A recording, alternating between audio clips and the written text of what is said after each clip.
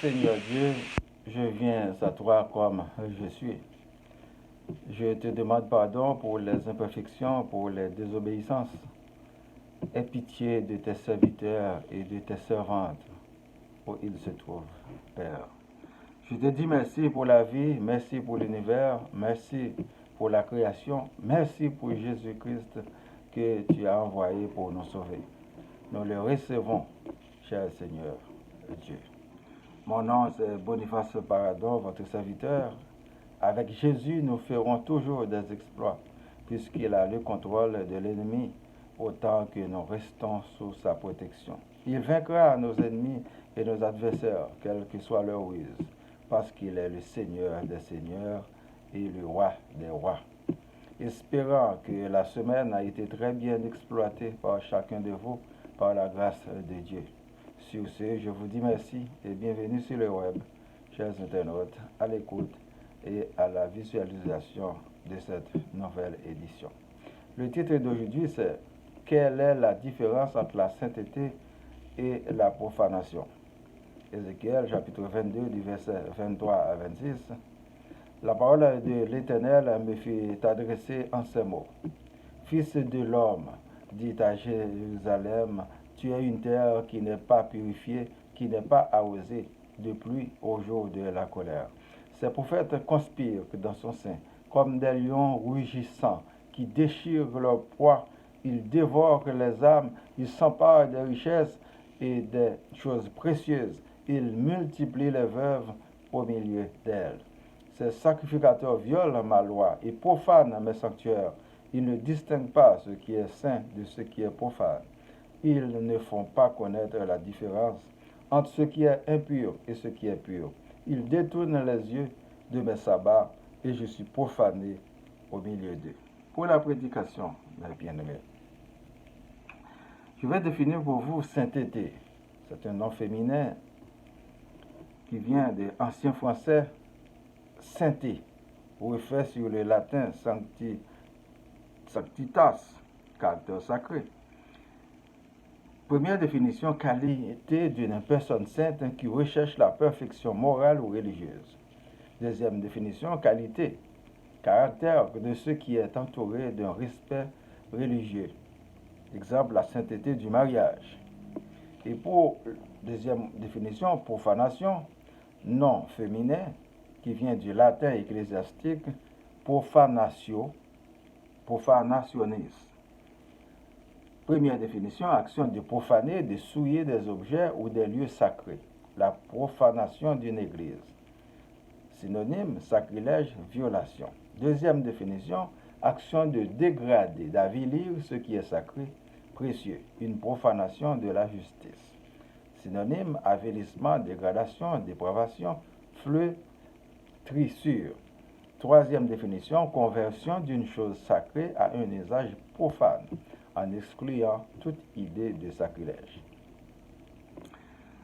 Le prophète Ézéchiel, à travers de ses récits, interpelle Jérusalem à se ressaisir sur la situation lamentable, situation exécrable de la ville. Dieu a utilisé sa bouche pour parler à Jérusalem, au peuple de Dieu. Les veuves se multiplient dans la ville parce qu'elles ont perdu leur mari. Il compare Jérusalem à une terre qui n'est pas purifiée, qui n'est pas arrosée au jour de la colère.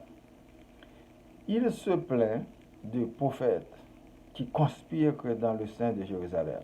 C'est comme des lions qui rugissent et qui déchirent leur proie, qui dévorent les âmes et qui s'emparent des richesses et des biens précieux.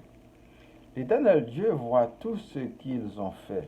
La profanation des lieux sacrés, les lois sont violées, les sanctuaires sont profanés. C'est la confusion totale. Il n'y a pas de lieu saint et profané. Il ne distingue pas ce qui est impur de ce qui est pur. Il se détourne des yeux de mes sabbats et je suis profané au milieu d'eux. Qu'en est-il aujourd'hui au beau milieu du XXIe siècle avec l'avancement de la science et des nouvelles technologies?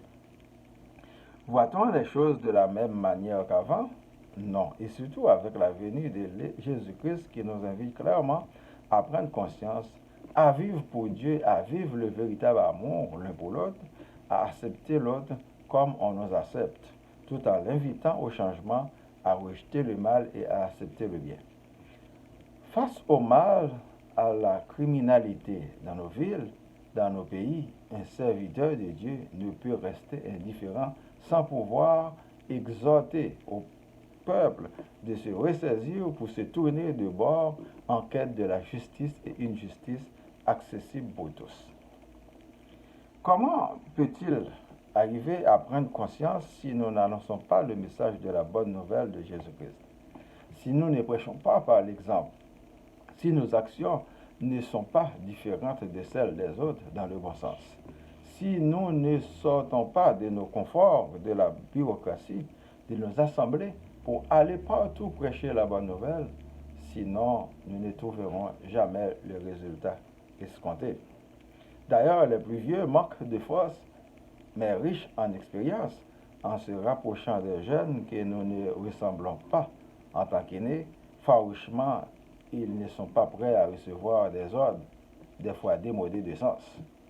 Il faut être vraiment patient pour voir la lueur de la sagesse de quelqu'un qui souffre bien souvent de tout. Adaptons-nous à la réalité de la nouvelle évangélisation, lentement pas vite, et faisons bien ce que nous avons à faire. Les jeunes garderont en mémoire tout ce que nous leur inculquons en termes de valeurs. Il faut savoir que nous leur conseillons, mais c'est Dieu qui fera le travail de repentance. Protégeons les enfants, ne les induisent pas en erreur. Ils seront adultes demain. Ceux qui se disent grands de ce monde, qui pour la plupart sont nos bourreaux, nos traîtres, nos abuseurs, nos maux, nos ennemis, qu'on traite en seigneurs et qui veulent être traités ainsi. Ils sont parmi nous et à côté de nous. Nous les appelons amis par pure hypocrisie. Le démon, c'est celui qui vous veut et qui vous fait du mal.